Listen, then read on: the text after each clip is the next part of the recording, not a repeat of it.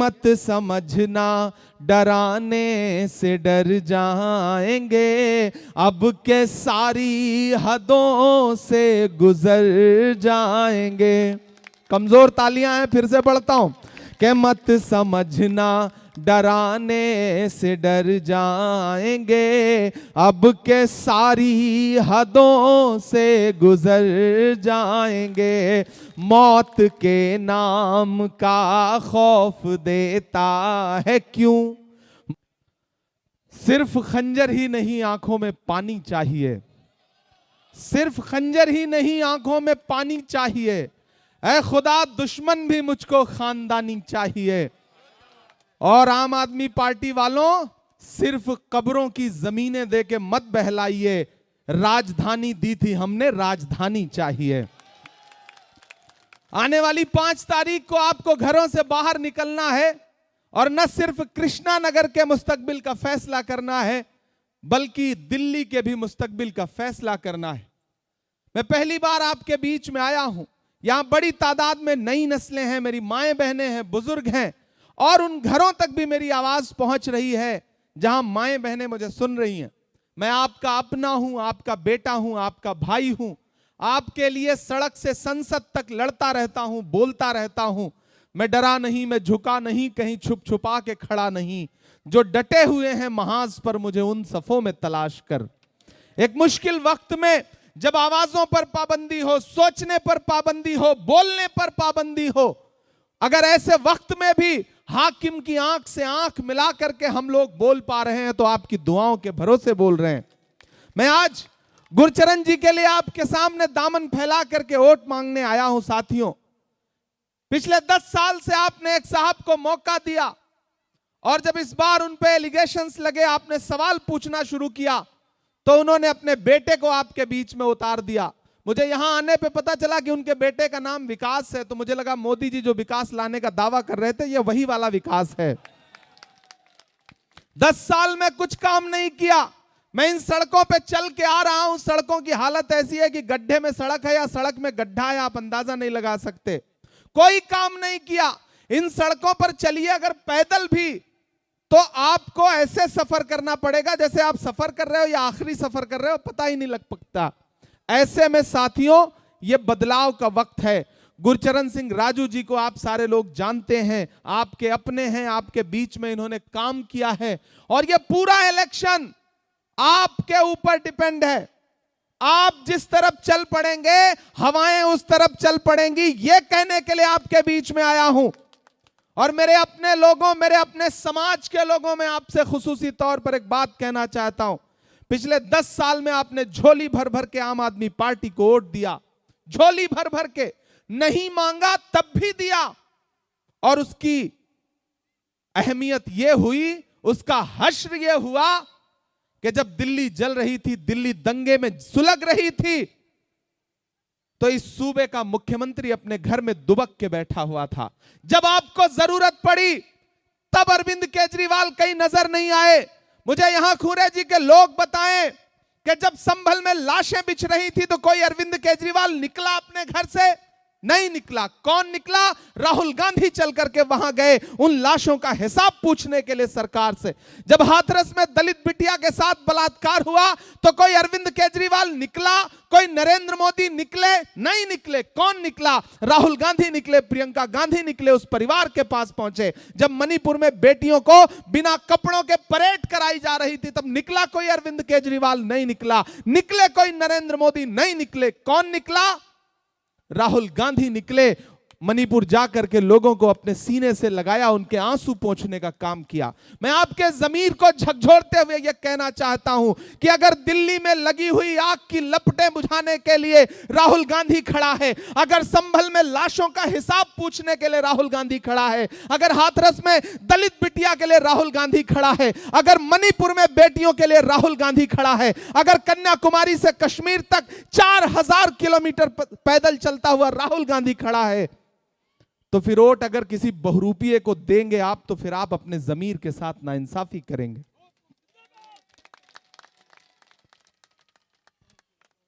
चरागों के सफर में दबदबा हो आंधियों का, तो फिर अंजाम जुल्मत के सिवा कुछ भी नहीं होगा। ये दुनिया नफरतों के आखिरी स्टेज पर है, इलाज इसका मोहब्बत के सिवा कुछ भी नहीं होगा। 4000 किलोमीटर एक इंसान 4000 किलोमीटर पैदल चला, एक नारा लगाता हुआ, नफरत छोड़ो भारत जोड़ो। मुझे बताओ कुरैजी वालों कि इस देश में नफरत का सबसे ज्यादा शिकार कौन है?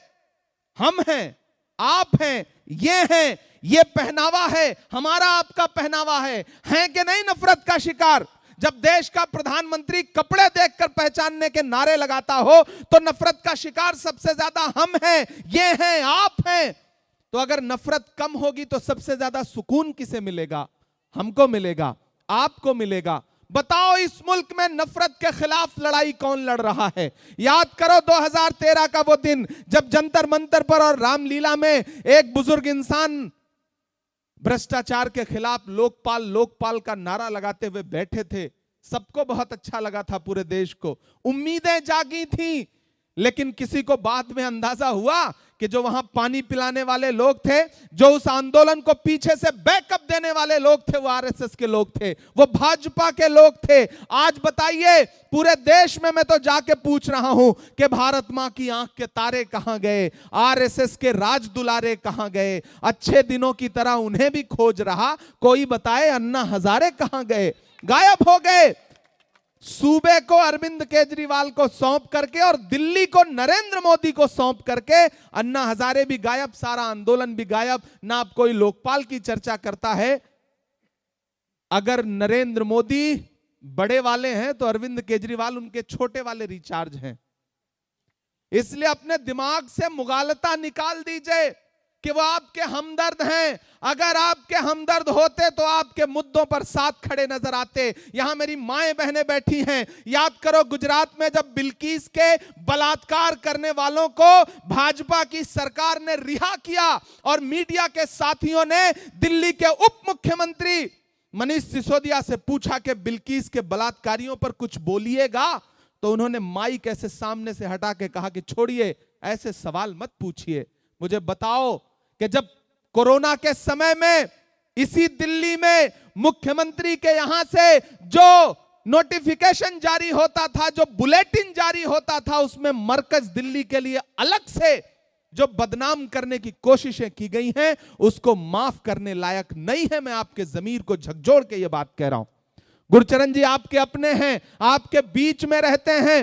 एक तरफ बग्गा जी को आपने 10 साल मौका दिया, अब मैं आपके सामने यह कहने आया हूं कि एक बार गुरचरण सिंह जी को मौका दीजिए। मैं अपने अकलियत के साथियों से कहना चाहता हूं, और उसमें सरदार भाई भी हैं, मुस्लिम समाज के भी लोग हैं। मैं दोनों साथियों से कहना चाहता हूं और खास तौर से अपने सरदार भाइयों से कहना चाहता हूं कि याद करिए 2013 और 14 का वो दिन जब इस देश के सबसे शानदार प्रधानमंत्री डॉक्टर मनमोहन सिंह साहब के बारे में यही अरविंद केजरीवाल, यही आम आदमी पार्टी के लोग क्या क्या कहा करते थे। आज डॉक्टर मनमोहन सिंह साहब जब इस दुनिया से चले गए, तब उनकी अहमियत का एहसास पूरे देश को हुआ, तब पता चला कि वो सरदार कितना असरदार था। आज अरविंद केजरीवाल भी उनके लिए बोल रहे हैं, आज आतिशी जी भी बोल रही हैं। लेकिन मुझे बताओ सरदार समाज के लोगों, सिख समाज के लोगों, कि इन्हीं अरविंद केजरीवाल ने डॉक्टर मनमोहन सिंह साहब के बारे में क्या क्या भला बुरा नहीं बोला,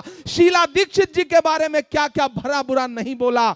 तो आज तो आपके जमीर को मैं झकझोरते हुए कहता हूं कि अगर डॉक्टर मनमोहन सिंह साहब की नेकी और उनकी भलाई का जरा भी एहसास है तो इस चुनाव में खड़े हो जाइए गुरचरण सिंह के साथ। एक भी वोट अगर आपने आम आदमी पार्टी को दिया तो ऊपर बैठी हुई शीला दीक्षित जी की रूह और डॉक्टर मनमोहन सिंह साहब की रूह को तकलीफ होगी। यह बात मैं आपसे कहना चाहता हूं।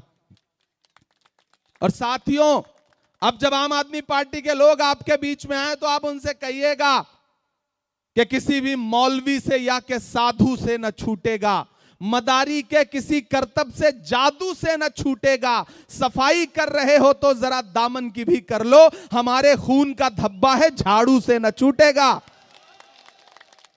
ये जो हाथ का पंजा है ना, याद करो इस बात को, और सिर्फ एक बात याद रखो, एक शख्स है जिसका नाम राहुल गांधी है। मैं उसका सिपाही बन के आपके बीच में आया हूं। मैं चला हूं उस इंसान के साथ 4000 किलोमीटर पैदल, मैंने देखे हैं उसके पांव के छाले। मुझसे मीडिया के साथी कहते थे इमरान साहब आप तो शायर हैं, आप राहुल गांधी के साथ चल रहे हैं, क्या कहेंगे? तब मैं कहता था कि जो हर जालिम से टकराएगी वो आंधी बनाऊंगा, नए अंग्रेज आए हैं नया गांधी बनाऊंगा। सिर्फ एक बात जहन में रखिए, एक तरफ नरेंद्र मोदी हैं, एक तरफ अरविंद केजरीवाल जैसे बहुरूपिये खड़े हैं और दूसरी तरफ एक अकेला मर्द मुजाहिद खड़ा है जिसका नाम राहुल गांधी है, जो इस मुल्क में एक नारा लगा रहा है कि मुझे नफरत के बाजार में मोहब्बत की दुकान खोलनी है। यह इलेक्शन उसकी मोहब्बत के नाम, यह इलेक्शन उसके प्रत्याशी बनाए गए गुरचरण सिंह जी के नाम। गुरचरण सिंह जी राजू को दिया गया आपका वोट सिर्फ इन्हें नहीं मिलेगा, मोहब्बत के उस मसीहा को मिलेगा जिसका नाम राहुल गांधी है, प्रियंका गांधी को मिलेगा, मल्लिकार्जुन खड़गे को मिलेगा, डॉक्टर मनमोहन सिंह साहब को सच्ची श्रद्धांजलि होगी आपका वोट, और आपका दिया गया एक एक वोट आपके इस बेटे इमरान प्रतापगढ़ी पे आपका एहसान होगा। यह गुजारिश करने के लिए आपके बीच में आया हूं। साथियों, आप मेरे अपने हैं, मेरी शायरी सुनते रहते हैं, मुझे मोहब्बत करते हैं, मेरे लिए दुआ करते हैं। आपकी इन्हीं दुआओं का सदका है कि मैं देश की पार्लियामेंट में बैठता हूं और वहां भी हाकिम की आंख से आंख मिला करके बिना डरे हुए बोलता हूं, उससे सवाल पूछता हूं कि कहां सोया है चौकीदार, कहां सोया है चौकीदार। आप थक तो नहीं गए? पिछले 2-3 घंटे से आप सारे लोग बैठे हैं, तो मुझे लगना चाहिए कि आप थके नहीं हैं। इस तरफ जो साथी खड़े हैं और उधर भी जो लोग खड़े हैं, चौकीदार का नाम आते ही आप समझ जाते हैं किसकी बात हो रही है, लेकिन अगली बार जिसका नाम आएगा उस पर भी आपको समझ के बताना पड़ेगा कि कहां सोया है चौकीदार, कहां बैठा है पलटी मार। पलटी मार कौन है आप जानते हैं ना? बहुत समझदार लोग हैं, मैं नाम नहीं लूंगा, नहीं आप जान जाएंगे कि मैं केजरीवाल जी की बात कर रहा हूं। कहां सोया है चौकीदार, कहां बैठा है पलटी मार। केजरीवाल ने कर डाला दिल्ली का बंटा धार, कहां बैठा है चौकीदार, कहां सोया है पलटी मार। एक ने चाय बेची, दूसरे ने शराब, दोनों में कंपटीशन चल रहा है कि चाय बेचने वाला पूरा भारत बेच रहा है, इसी काम में हासिल उसे महारत बेच रहा है। कि रेल बिक गई, तेल बिक गया, बिका हवाई अड्डा, सब कुछ बिकता देख के खुश हैं अपने जेपी नड्डा। कि जनता महंगाई की मारी करती हाहाकार, कहां सोया है चौकीदार, कहां बैठा है पलटी मार। खुरेजी वालों, आखिर में एक बात आपसे कहता हूं, जहन नशीन कर लेना मेरी बात को, कि जब तक शेर अपनी कहानियां खुद लिखना नहीं सीखेंगे तब तक शिकारी अपनी कहानियों में खुद को महान बताते रहेंगे। ना हम सफर न किसी हम नशी से निकलेगा, हमारे पांव का कांटा हम ही से निकलेगा। वतन की रेत मुझे एड़ियां रगड़ने दे, मुझे यकीन है पानी यहीं से निकलेगा। आपके उन ओटों की जो अहमियत खत्म हुई है उसे फिर से पैदा करिए। किसी फिल्म का एक डायलॉग है कि आग को पानी का डर बना रहना चाहिए, तो आम आदमी पार्टी को आपके वोटों की अहमियत का एहसास बना रहना चाहिए। ये इस इलेक्शन में दिखा दीजिए। भाई गुरचरण सिंह राजू जी को 5 तारीख को घर से बाहर निकलिए, अपना एक एक वोट दे के आइए, उठाइए अपना एक एक हाथ। मुझे यकीन दिलाइए कि आने वाली 5 तारीख को घरों से बाहर जाएंगे, इन्हें अपना एक एक वोट देंगे और कृष्णा नगर से एमएलए बना करके इन्हें असेंबली में पहुंचाएंगे। मैं आपसे वादा करता हूं कि इंशाअल्लाह 8 तारीख को रिजल्ट आएगा, ये विधायक बनेंगे तो फिर यहीं पर एक मंच लगेगा और मैं आपका शुक्रिया अदा करने के लिए आऊंगा। और उस दिन जितनी शायरी आप चाहेंगे मैं आपको सुनाऊंगा, क्योंकि 2 सभाओं के लिए निकलना है। आगे अभी 2 सभाएं और मुझे नांगलोई जट पहुंचना है, बहुत दूर है, 2 घंटे का सफर है।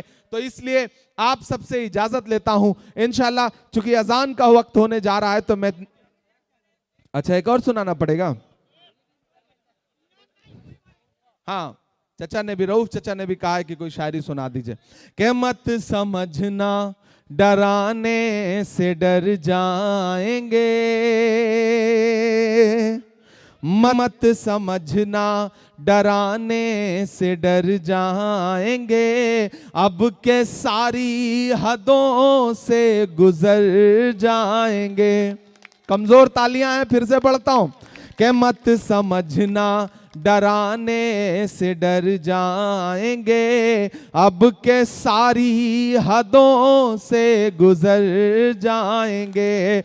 मौत के नाम का खौफ देता है क्यों, मौत के नाम का खौफ देता है क्यों, मौत जिस रोज आएगी मर जाएंगे। मत समझना कि हमने ज़मज़म दिया, आबे गंगा दिया, तुमने भारत को दंगा ही दंगा दिया। आप खुरेजी वालों तैयार रहना। अजान शुरू हुई? नहीं, अभी नहीं शुरू हुई। कि हमने ज़मज़म दिया, आबे गंगा दिया, तुमने भारत को दंगा ही दंगा दिया। तुमने एक रंग के ख्वाब देखे मगर हमने हिंदुस्तान को तिरंगा दिया। ये तिरंगा बदन पर लपेटे हुए एक दिन इस ज़मीन में उतर जाए।